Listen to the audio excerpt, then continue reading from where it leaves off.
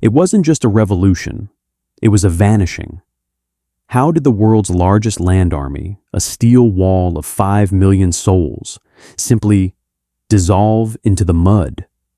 Why did a system built for total war, forged in the fires of the Romanov dynasty, surrender to a sudden, infectious lethargy? And why did the people meant to be the empire's protectors become its most terrifying threat? It wasn't just a defeat, it was a tactical suicide. How did the world's most elite military machine crumble against an enemy it had already held at bay for 3 long years? But that was only the surface. History looks at the grand halls of the Winter Palace and the thundering speeches of the Bolsheviks, but the cameras and the chronicles missed the true turning point. They missed the one soul who understood that the rot wasn't in the logistics, but in the heart. The only warning came from a peasant woman the generals laughed at. A woman with a scarred face and a rifle she knew how to use better than any man in the room. They ignored her because she was just a villager with a mad idea. Why did the Russian High Command ignore the only tactic that could save them? The answer wasn't in the classified vaults, but in the hands of the underdog. Petrograd, May 1917. The city doesn't feel like the capital of a global power. It feels like a patient in the final stages of a fever. The air is thick with the scent of cheap tobacco, damp wool, and the peculiar, sweet smell of a civilization in its death throes. The Great War has been grinding for 34 months, and the Russian spirit has finally snapped. In the trenches of the Eastern Front, the great Russian soldier has become a ghost of himself. They are no longer a fighting force, they are a mob. They trade their boots for schnapps and their duty for the seductive promises of agitators. This is the great fatal flaw in the imperial machine. When the Tsar fell in February, the chain of command didn't just break, it evaporated. The mechanical failure of this collapse is precise and surgical. It is found in a single piece of paper. Order number 1. Think of a massive steam engine. For centuries, the pistons have been governed by a rigid series of valves, the officers. Order number 1 essentially told the steam it no longer had to obey the valves. It handed the power to soldier committees, meaning every tactical decision, every movement, and every shot fired had to be put to a vote. In the high-stakes physics of war, a committee is a death sentence. While the German artillery is being calibrated, the Russian soldiers are holding a meeting to decide if they feel like fighting today. The result is a total mechanical failure. The engine isn't just stopping, it is tearing itself apart from the inside. While the system in Petrograd debates the politics of the abyss, one woman walks through the wreckage of the morale. Maria Bochkareva. She does not look like a savior. She is short, sturdy, and her skin is weathered by the harsh sun of the Siberian fields and the biting frost of the trenches. She is a veteran, a woman who petitioned the Tsar himself to fight when the war began. She has been wounded 3 times. She has seen the great Russian soldier at his best, and now she sees him at his most pathetic. She walks past the barracks and sees men warriors who once struck fear into the Kaiser's heart, now lying in the dirt, drunk, trading their rifles to the enemy for a handful of cigarettes. She realizes a devastating truth. The front line isn't failing because they lack lead or bread. It is failing because they have lost their shame. The friction between her spirit and the massive system begins in a small, wood-paneled office. She has clawed her way through the bureaucracy to reach the man at the top, Alexander Kerensky, the head of the Provisional Government. Kerensky is the embodiment of the new Russia, polished, intellectual, and utterly detached from the mud. He looks at Maria not as a soldier, but as a curiosity, a distraction from his important speeches. He leans back in his chair, his hands clean, his uniform pressed. He adopts the stance of the crystallized arrogance that defined the era. "Maria," he says, his voice dripping with a patronizing warmth. "The men are tired. They are intoxicated by the idea of freedom. We cannot force them to die for a cause they no longer believe in. What could you possibly offer that my generals haven't already tried?" Maria doesn't blink. She doesn't use the language of the intellectuals. She uses the language of the earth. "The men have forgotten they are men," she says, "because there is no one left to remind them of what they owe to Russia. Give me the women. Give me the wives, the sisters, and the daughters. Give me the ones the world has stepped over, and I will give the men back their honor." Kerensky laughs. It is a dry, thin sound. To him, the idea is an absurdity, a joke to be told at the next cabinet meeting. He believes the manual of war is a masculine text. He assumes that a woman's presence on the battlefield would be a circus, a mechanical failure of social order. He treats her warning as a minor budget issue, a flight of fancy from a woman who has spent too much time under shell fire. He believes his speeches can bridge the gap. He believes the system is too big to fail. But the boss, in this case, the cold reality of the German spring offensive, is already preparing its response. While Kerensky smiles and dismisses the peasant woman, the enemy is tightening the noose. The silence in the east isn't peace. It is the indrawing of a breath before a scream. "Fine," Kerensky says, waving a hand as if swatting a fly. "Recruit your women. Form your battalion. Let the world see the battalion of death. It will be a fine piece of propaganda before the end." He thinks he's giving her a toy to play with. He thinks he is humoring a madwoman.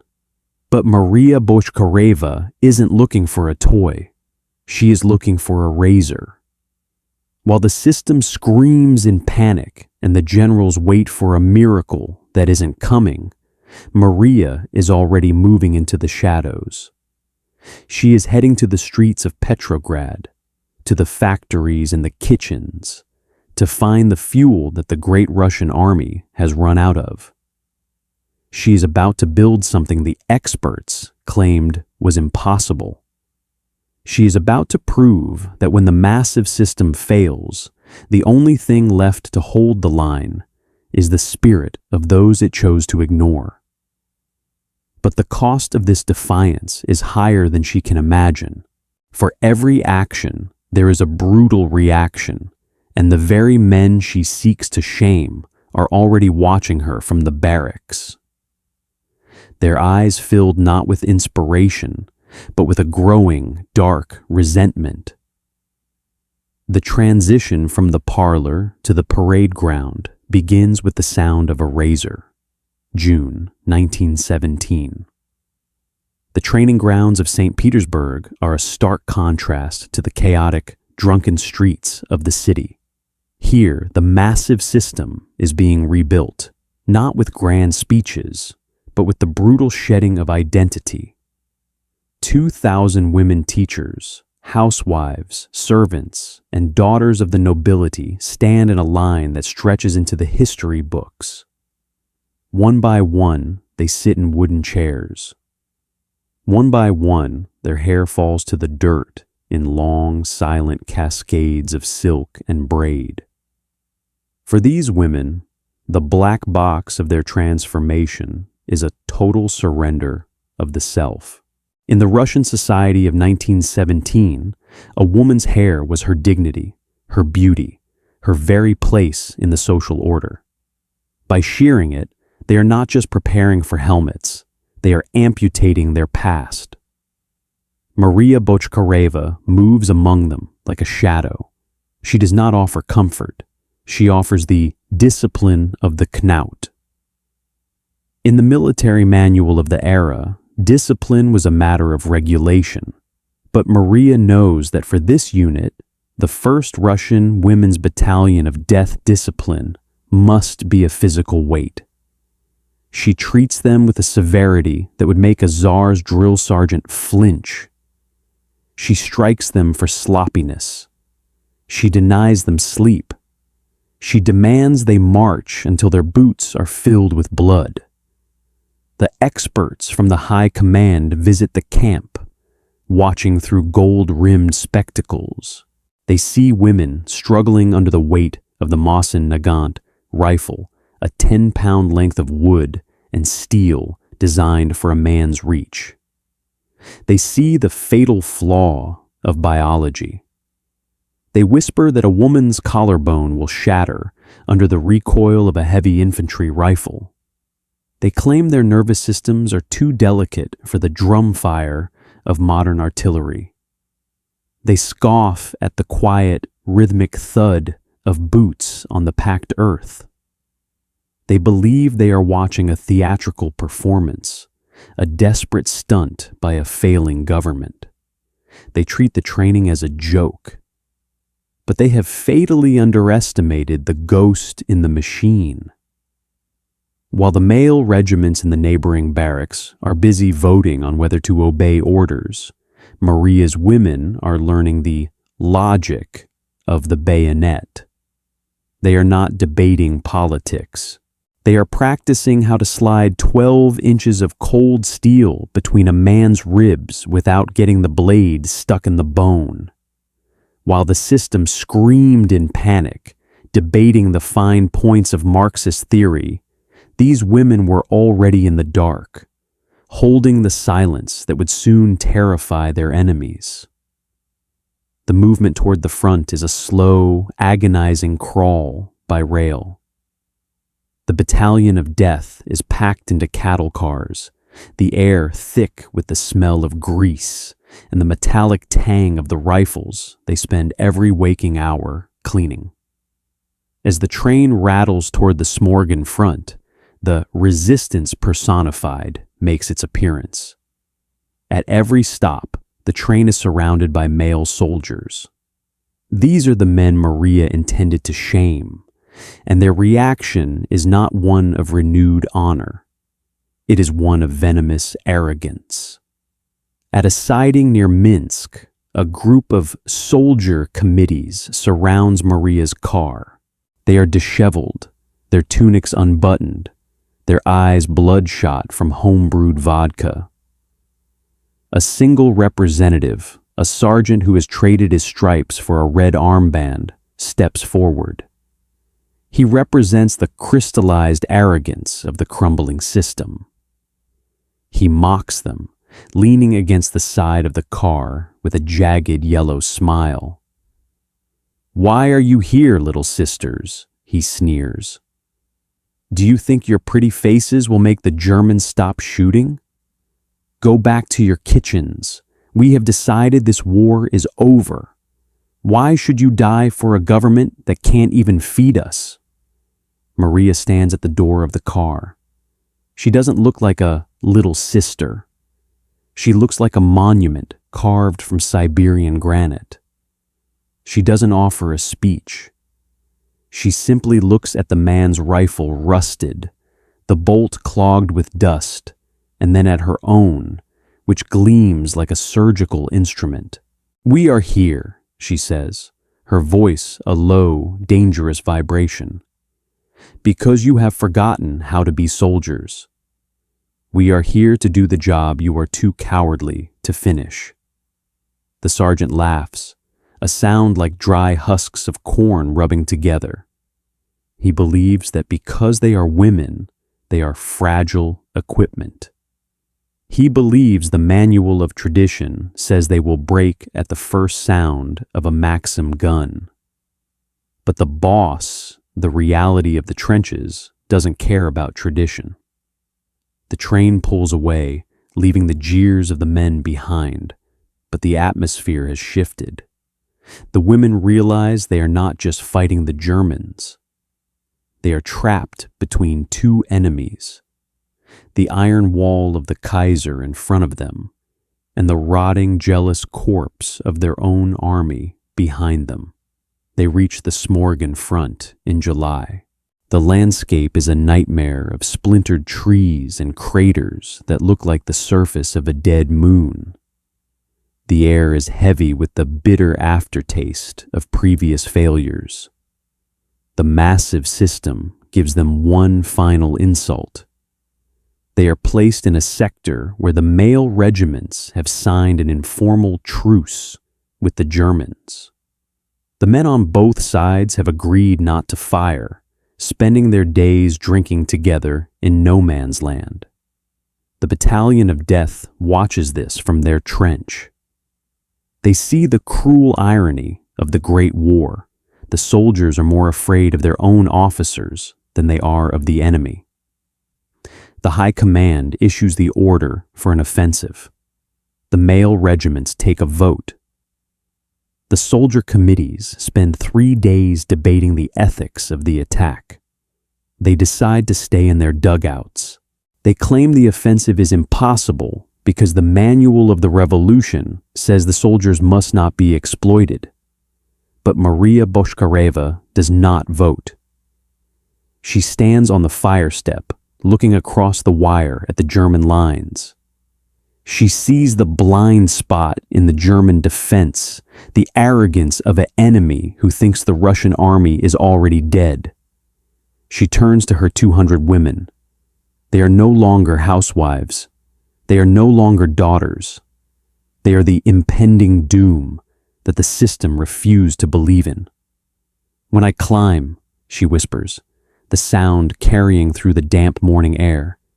"You climb. We do not look back. We do not wait for the men. If they will not lead, we will show them how to die." The silence of the morning is absolute. The German sentries are relaxed, drinking coffee, convinced that the Russians are too busy arguing to attack.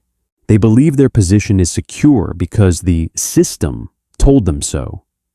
But they have forgotten that a system is only as strong as its most ignored component. A single whistle blows. It isn't a loud, brassy blast. It is a sharp, thin note, a crack in the silence of history. Maria Bochkareva reaches for the top of the trench. Behind her, 200 pairs of boots scramble for purchase in the slick mud. 200 bayonets catch the first gray light of the sun. The boss is about to punish the arrogance of the world, and the men in the trenches behind them, the ones who mocked and jeered, suddenly find themselves watching a ghost story come to life. They thought the machine was broken. They didn't realize that Maria had simply found a new way to make it scream. The whistle does not scream. It cuts. July 9th, 1917. The Smorgon front is a landscape of gray mud and jagged, black timber. For months, the war here has been a stalemate of the soul, a quiet agreement between exhausted men to stop the killing. But as Maria Bochkareva's boots hit the lip of the trench, that agreement is torn to shreds. The black box of this moment is the sheer physics of the charge. In traditional infantry doctrine, an assault requires a 3-to-1 advantage and a heavy artillery softening. Maria has neither. What she has is the logic of the suicidal rebuke. As the 200 women of the Battalion of Death scramble over the parapet, they are not just moving toward the German lines. They are moving away from the gravity of their old lives. The German sentries, peering through the morning mist, see silhouettes that don't make sense. The gait is different. The posture is smaller. For a fraction of a second, the system of war stutters.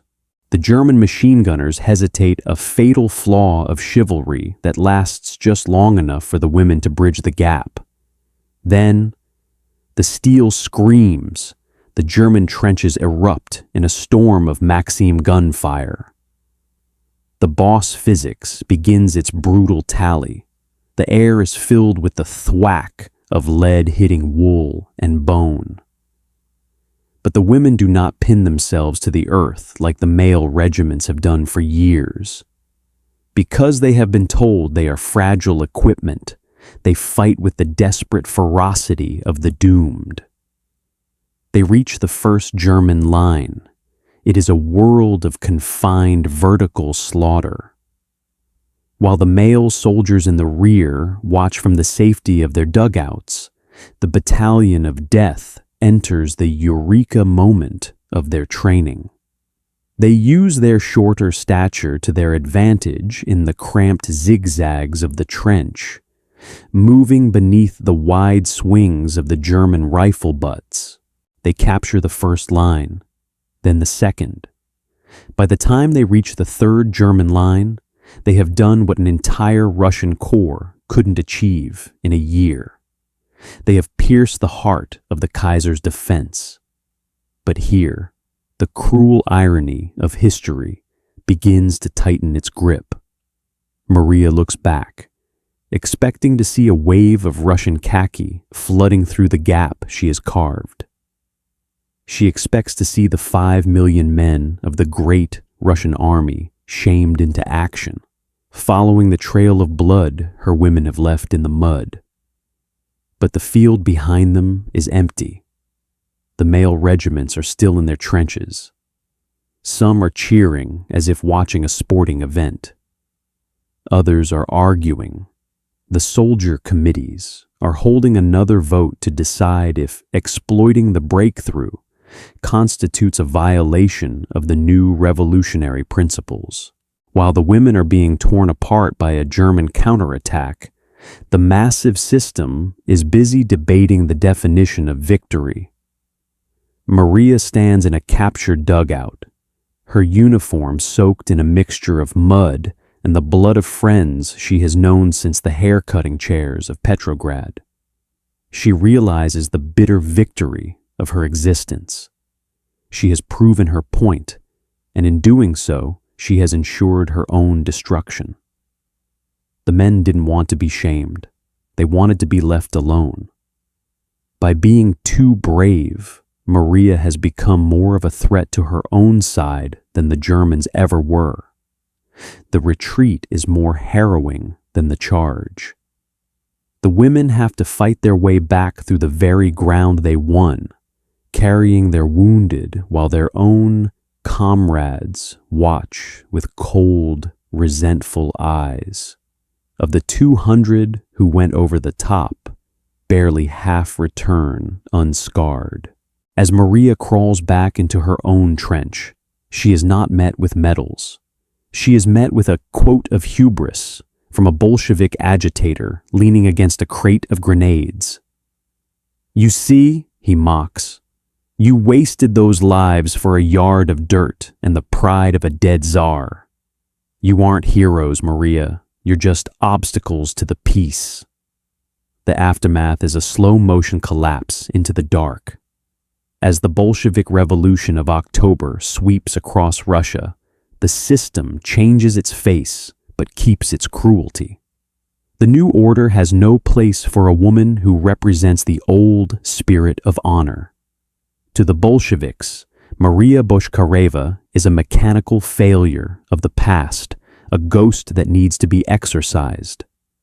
The ghost in the machine is finally cornered in May 1920. Maria is no longer at the head of a battalion.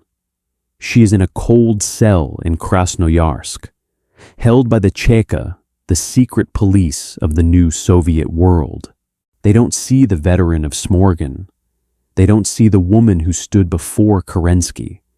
They see a class enemy.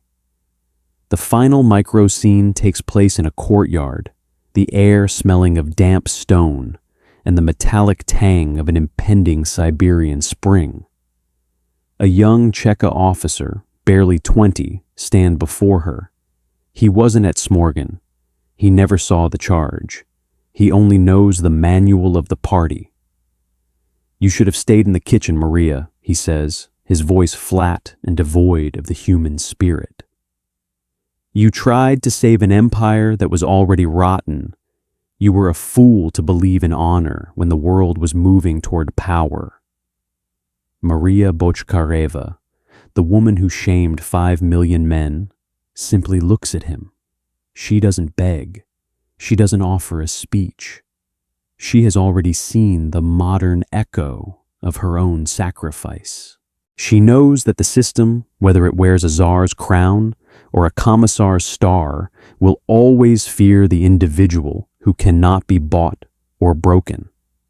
The time freeze occurs as the firing squad levels their rifles. Maria closes her eyes. She doesn't hear the command to fire. She hears the sound of 2,000 women's hair falling to the floor in a quiet room in Petrograd. She hears the rhythmic thud of boots on the parade ground. The shots ring out, and the Battalion of Death is finally, officially, erased from the Soviet record.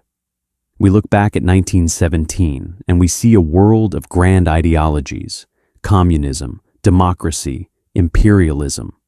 But beneath the massive system, there was a human heart that the world deemed too fragile for war. Maria Bochkareva and her women didn't die for a czar or a map. They died for the idea that even in the middle of a collapsing civilization, an individual still has the agency to say no to the rot. Do we see this same hubris in our society today? Do we still ignore the warnings of the underdogs because they don't fit the manual of our modern experts? History suggests that the most dangerous thing you can do is underestimate the person who has nothing left to lose but their honor. The Battalion of Death was meant to be a rebuke. In the end, it became a mirror. And what it reflected was a world that would rather kill its heroes than admit they were right. If you believe that stories like Maria Bochkareva's deserve to be remembered, join our ranks by subscribing. Your support ensures that the voices history tried to bury are finally heard. We have synthesized this narrative from reputable historical archives and verified sources. However, the fog of war often extends to the history books. If you spot any inaccuracies or have additional details to share, please correct us in the comments. We strive for the absolute truth, and your knowledge helps us get there. Thank you for keeping history alive.